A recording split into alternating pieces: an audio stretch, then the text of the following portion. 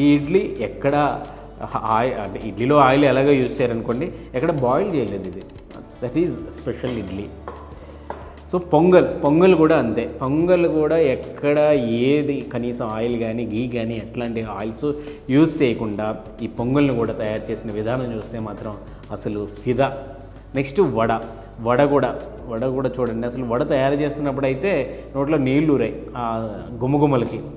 ఏంటి అసలు ఆయిల్లో వేయించకుండానే అంత అలా ఉందా అంటే నిజంగానే మరి టేస్ట్ ఎట్లా ఉంటుందో చూస్తాను. కానీ నేను తయారు చేస్తున్నప్పుడే కొన్ని చాలా టెంప్టింగ్, అంటే ఓహో ఇట్లా కూడా మనం ఆ గుమగుమలను కూడా ఆస్వాదించవచ్చు అన్న ఫీల్ అయితే కలిగింది. కోయంబత్తూర్ ఆర్ఎస్ పురంలో ఉంది. దీని లొకేషన్ కూడా పెడతాను. కోయంబత్తూర్ ఎప్పుడైనా వస్తే మాత్రం డాక్టర్ పడియాల శివకుమార్ గారిని కలవండి. నిజంగా చాలా మంచి నైస్ పర్సన్, చాలా డౌన్ టు ఎర్త్ పర్సన్. అసలు వరల్డ్ రికార్డ్స్ హోల్డర్ ఆయన. 5 వరల్డ్ రికార్డ్స్ ఉన్నాయట ఆయనకి. అవి కాకుండా చాలా ఎడ్యుకేషనల్ ఇన్స్టిట్యూషన్స్ కానీ బయట స్వచ్ఛంద సంస్థలు కానీ ఇచ్చిన అవార్డ్స్ అయితే ఇంకా లెక్కలేనన్ని ఉన్నాయి. ఈ వాల్స్ అన్నీ కూడా ఆయన అవార్డ్స్తో నిండిపోయి ఉన్నాయి.